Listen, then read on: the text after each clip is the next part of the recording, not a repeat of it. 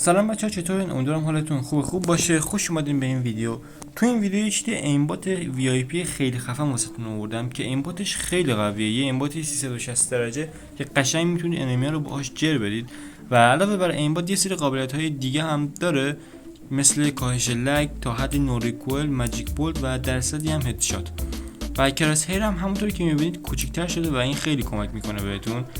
و اینکه یه توضیح راجع به بند شدن بگم که رفقا، خود چیت کاملا سیفه، منتها قبلش بهتر روی اکانت فیک چند مچ تست کنید. اگه دید اوکی بود و مشکلی پیش نیامد، اون موقع روی اکانت اصلی بزنید. دلیلش هم اینه که پابجی داخل سیزن جدید اومده سیستم‌های ایمنی بازی رو آپدیت کرده و یه سری آنتی چیت‌های جدید به بازی اضافه کرده که چیتایی که شما میزنید قابل تشخیص تر شده واسه بازی.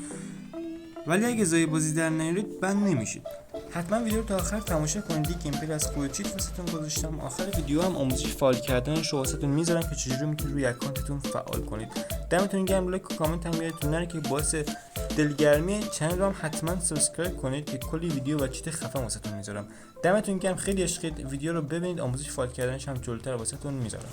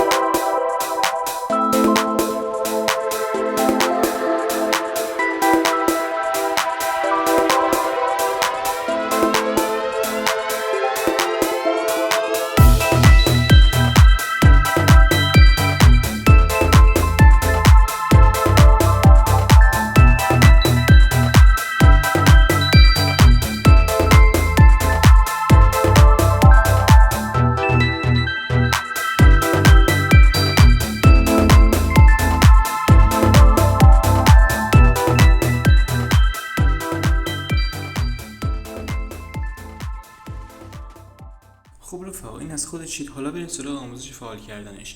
اولین کاری که شما باید انجام بدید اینه که وارد چنل تلگرامی که لینکش رو واسهتون توی دیسکریپشن گذاشتم بشید. اگه هم لینک کار نکرد، از قسمت خود سرچ اسم چنل رو وارد کنید، واسهتون میاره.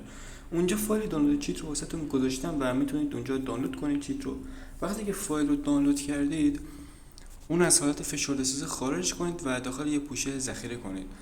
و وقتی که این کار رو انجام دادید، شما نیاز به برنامه فایل منیجر دارید که من بهتون برنامه RS فایل منیجر رو پیشنهاد میکنم. یه برنامه خیلی خوبه.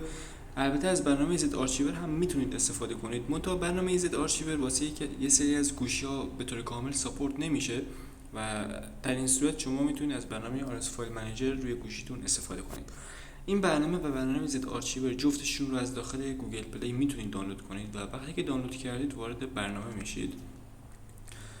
وقتی که وارد برنامه شدید، اون پوشه‌ای که چیت رو داخلش سیو کردید رو میارید و اینجا میبینید که دو تا پوشه دیگه هم داخلش هست، یه ضد کرش و یه فایل اصلی خود چیت که داخل لابی باید بزنید. این رو شما اولین کاری که باید انجام بدید اینه که فایل ضد کرش رو داخل پوشه اندروید OBB و پوشه پابجی موبایل پیستش کنید. روی کپی که بزنید، اینجا از برید داخل پوشه اندروید، پوشه OBB و پوشه خود تنسنت IG یا پوشه پابجی پیستش کنید. ضد کرش ریخته میشه. یه نکته بگم که حتما قبل اینکه وارد بازی بشید ضد کرش رو فعال کنید. بعد اینکه ضد کرش رو فعال کرده، شما باید وارد پابجی تون بشید و داخل صفحه لابی فایل اصلی خود چیت رو باید اونجا فعال کنید، یعنی فایل اصلی خود چیت رو داخل صفحه لابی باید کپی پیست کنید.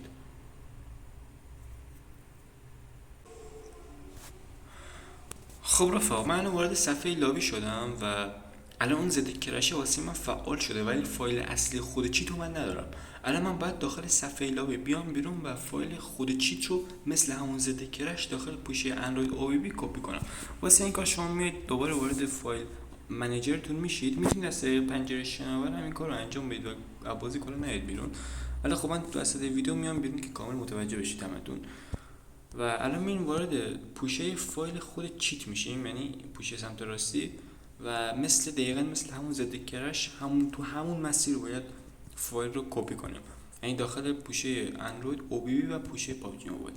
وقتی که شما این کار رو انجام بدید فایل چیت واسهتون فعال میشه. یعنی الان من هر مچی رو که استارت کنم، چه تی دی ام بخوام برم چه کلاسیک بخوام برم، چیت واسم فعاله. الان بر فرض مثلا من یه دونه تی دی ام استارت میکنم که ببینیم با هم دیگه.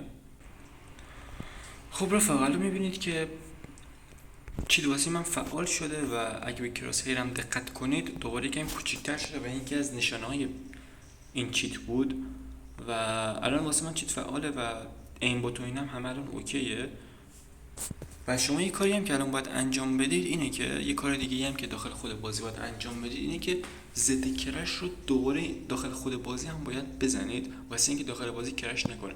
برای این کار شما میایید دوباره بیرون و دوباره وارد فایل منیجر میشید و اون ضد کرش، یعنی اون فایلی که اول زدیم رو داخل خود بازی هم میزنید که یه موقع کرش نکنه و از بازی نندازتتون بیرون. و دقیقا تو همون مسیر اندروید او بی بی و پوشه پابجی موبایل این فایل رو باید کپی پیست کنید. وقتی که این کار رو انجام دادید وارد بازی میشید و خیلی راحت بازیتون رو انجام میدید با چیت و خیلی لذت کافی رو میبرید از گیم. امیدوارم که این آموزش به کارتون اومده باشه. دم همتون گرم که تا اینجا ویدیو رو تماشا کردید. اگه ویدیو رو دوست داشتید ممنون میشم ویدیو رو لایک کنید، چنل رو سابسکرایب کنید و نظرتون تو بخش کامنت واسم بنویسید. خیلی عشقید. تا ویدیو بعد و چیتای بیشتر شما رو به خدای بزرگ میسپارم.